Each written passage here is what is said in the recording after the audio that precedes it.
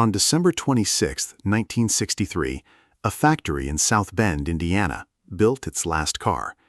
It wasn't some leftover economy model rolling quietly off the line to close out a sad final week. It was an Avanti, the fastest, most advanced, most ambitious car the company had ever built. Fiberglass body, aircraft-inspired styling, a factory-tested top speed north of 170 miles an hour. The single best car this company knew how to build, and also, unmistakably, the last one. This is Studebaker. For 111 years, on that same patch of ground in South Bend, this company built vehicles for America. Wagons for the Civil War, some of the first successful gasoline automobiles in the country, engines for the bombers that helped win World War II. No other American vehicle manufacturer's story stretches back further or covers more ground than this one. And then, in barely a decade, one merger, entered by two desperate companies trying to save each other, finished the job neither one of them saw coming. The story starts in 1852, with two brothers and a blacksmith's forge. Henry and Clement Studebaker opened a small wagon building shop in South Bend, Indiana. It was modest, practical work, the kind of business that either grinds along quietly for a few years or quietly disappears.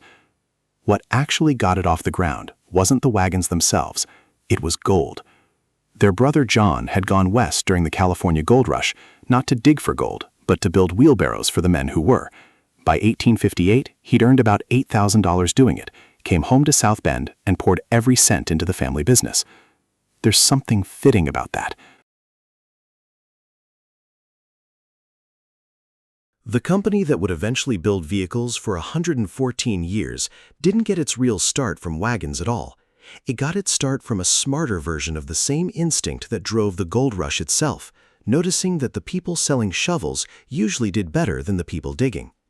That single decision, an outsider might say, was the actual founding moment of everything that came after. U.S. Army needed wagons, thousands of them. Studebaker was ready, and the government contracts that followed turned a small family workshop into something much bigger. By 1868, the brothers incorporated formally, and Studebaker had become the largest wagon manufacturer on Earth. For the rest of the 19th century, that's exactly what this company was. Not a car company, a wagon company, and an extraordinarily successful one, outfitting settlers heading west, farmers, the military, anyone who needed something built to survive rough American roads. Then, at the turn of the century, an entirely new kind of vehicle showed up, and here's the detail that makes Studebaker genuinely unusual in American industrial history. Most 19th century wagon and carriage builders never made the jump to automobiles. The skills didn't transfer as cleanly as you think, and most of them simply faded out as the horse-drawn era ended. Studebaker made the jump anyway. Their first electric car came out in 1902. Their first gasoline vehicle followed in 1904, built initially with outside manufacturing partners. By 1912, they were building gasoline automobiles entirely on their own, under their own name. A wagon company had successfully become a car company. That almost never happened. Studebaker pulled it off. For the next 3 decades, the company built a genuine reputation for quality and reliability, expanding steadily even through the hardest years of the Great Depression, when plenty of automakers simply didn't survive at all. Then came 1942, and everything stopped again. On January 31st, Studebaker halted civilian car production entirely and turned the entire South Bend operation toward the war effort.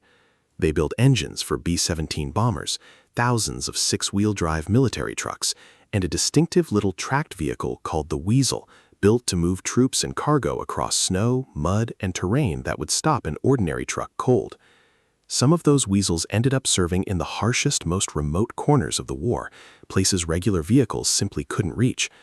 A company that had started out building wagons tough enough for the American frontier had ended up, a century later, building vehicles tough enough for a literal world war. When peacetime came back in 1945, Studebaker did something almost none of its competitors managed. It got new car designs to market first. The company's slogan captured it perfectly, first by far with a post-war car. Design had become the company's real secret weapon by then. In 1936, Studebaker had brought on the industrial designer Raymond Loewy, and the partnership produced some of the most memorable car styling of the entire era. the 1947 Starlight Coupe, the controversial, unmistakable 1950 Bullet Nose Champion with a front end that looked like it belonged on a fighter jet instead of a family sedan, the elegant 1953 Starliner hardtop, still considered one of the most beautiful American car designs of its decade. In 1950, riding that same bullet nose styling, Studebaker had its best sales year ever. Roughly 268,000 cars. It felt from the outside like proof the company had figured everything out. It hadn't. And this is the quiet structural problem that had been sitting underneath Studebaker's entire post-war success story the whole time. The South Bend plant was old, inefficient by Detroit standards. It needed a genuinely enormous volume of cars every single year just to break even, later estimated at around 282,000 vehicles annually. Compare that to a company like General Motors, building millions of cars a year across dozens of plants, spreading its fixed costs across an enormous base. Studebaker was trying to run a modern, competitive automobile business on essentially one aging factory, built for a much smaller era of the industry. Read that number again next to the company's best year ever. 268,000 in 1950. Studebaker's single greatest sales year in its entire history may not have actually been profitable at the plant level. Every other year, the gap was worse. Nobody fixed this. For years, the company kept building cars people genuinely wanted in a factory that couldn't make money doing it, hoping better sales would eventually close a gap that better sales alone could never really close. By the mid-1950s, Studebaker wasn't the only independent automaker in serious trouble. Packard, the once prestigious Detroit luxury brand, was struggling too. In October of 1954, the two companies merged, forming the Studebaker-Packard Corporation, each one hoping the other's strength. Packard's own chief financial officer went through Studebaker's real books after the deal closed and reportedly came back, in his own words, ashen-faced. During negotiations, Studebaker's break-even point had been quoted at around 165,000 units. The real number was closer to 282,000. It wasn't a rounding error. It was a completely different company than the one Packard thought it was buying. Imagine finding that out a week after you'd already signed the papers. There's no clean way to walk that back. You've already merged your fate with a company whose actual math you fundamentally misunderstood, and now it's your problem too. The new company's president, James Nance, later put it about as bluntly as anyone could. It was a kick in the gut, he said. Their labor costs were substantially out of line. Nance tried to fix things the way Detroit's giants would have, cutting costs, tightening production, competing head-on with the Big Three's playbook. Instead, it triggered serious labor strife in South Bend, without meaningfully closing the sales gap. By 1956, Studebaker-Packard needed emergency cash so badly, it signed a management agreement with an aircraft manufacturer, Curtiss-Wright, essentially trading away Packard's own engine plant and defense contracts just to keep the lights on. Packard's Detroit manufacturing plant closed that same year.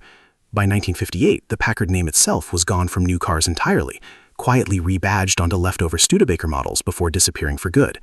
A once prestigious American luxury brand had been swallowed and erased within 4 years of a merger that was supposed to save it. Studebaker itself kept fighting. In 1959, the company introduced the Lark, a smaller, more affordable car that genuinely worked. Sales topped 130,000 units, the strongest performance the company had seen in years. For a little while, it looked like Studebaker might actually pull off a real turnaround. Then, in 1962, they went for something bolder, the Avanti, a fiberglass-bodied performance coupe, styled once again under Raymond Loewy's direction, meant to be a halo car, something dramatic enough to pull the whole brand's reputation back up with it. It was, by nearly every account, a genuinely brilliant design. Critics loved it. It set speed records. For a brief moment, it looked like Studebaker had done exactly what it needed to do. Build something so striking that people would look past everything else and just want one. And then, production fell apart. Fiberglass body panels proved difficult to manufacture consistently, and delays stacked up right when the car needed to be on showroom floors making an impression. Across its entire original run, only about 4,600 Avantis were ever built. A beautiful car, arriving just late enough and in numbers small enough to matter far less than it should have. By December of 1963, the math had simply run out of room to hide. On December 9th, the board announced it was closing the South Bend plant entirely. 11 days later, on December 20th, the last Larks and Hawks rolled off the line. Picture the mood on that factory floor during those final 11 days. Workers who'd spent decades there, some of them following fathers and grandfathers onto the same production line, building cars they knew were the very last ones anybody would ever build in that building. And 6 days after that, on December 26th, the very last car built in South Bend was completed. Not a leftover economy model, a high-performance Avanti, the company's most ambitious design, closing out a 111 years of vehicle manufacturing on the exact same ground where two brothers had opened a blacksmith shop back in 1852. Even after the official closure, the plant kept running just a little longer, finishing out a government contract to build postal delivery vans into early 1964, before finally going fully silent. Production limped on for a while longer at a smaller Studebaker plant across the border in Hamilton, Ontario. On March 17, 1966, the very last Studebaker automobile ever built rolled off that Canadian line. 114 years after it all began with two brothers and a forge, Studebaker was done making vehicles. Here's the strange coda to all of it. Studebaker itself, the actual corporation, didn't die in 1966. It had already spent years quietly diversifying into businesses that had nothing to do with cars, things like STP oil treatment. That diversification, ironically the same kind of strategic drift that has hollowed out other great American manufacturers, is what kept the company itself alive even after its factories stopped building cars. There's a strange lesson hiding in that. The exact instinct that can quietly kill a company's core business, chasing growth somewhere else instead of fixing what's actually broken, is also sometimes the very thing that keeps the corporate shell breathing long after the product everyone actually cared about is gone. It merged with an electrical parts maker in 1967, then an industrial manufacturer called Worthington in 1968, becoming a conglomerate called Studebaker Worthington. That company survived until 1979, when it was finally absorbed into another corporation entirely, McGraw-Edison, and the very last trace of the original Studebaker Brothers Manufacturing Company quietly disappeared, 127 years after two brothers lit a forge in South Bend. The name didn't just vanish, though. Local South Bend dealers bought the rights to the Avanti and kept hand-building small numbers of them for decades, using engines and chassis from other manufacturers, refusing to let that one design simply disappear along with everything else. There's something genuinely rare about how this story ends compared to most of the companies we've covered on this channel. Nobody committed fraud here. Nobody quietly shipped the jobs overseas and pocketed the difference. Two struggling companies made a deal they both genuinely believed would save them, built on numbers that turned out to be wrong, and neither side fully recovered from finding that out. Sometimes a company doesn't fall because somebody was greedy or careless or dishonest. Sometimes it falls because the math simply never worked, and everyone involved kept building beautiful cars anyway, hoping the numbers would eventually catch up to the ambition. They never did, but for 111 years, on that same ground in South Bend, Studebaker built anyway. A blacksmith shop that survived a Civil War, a Great Depression, and a World War, undone in the end not by a villain, but by a spreadsheet nobody double-checked in time.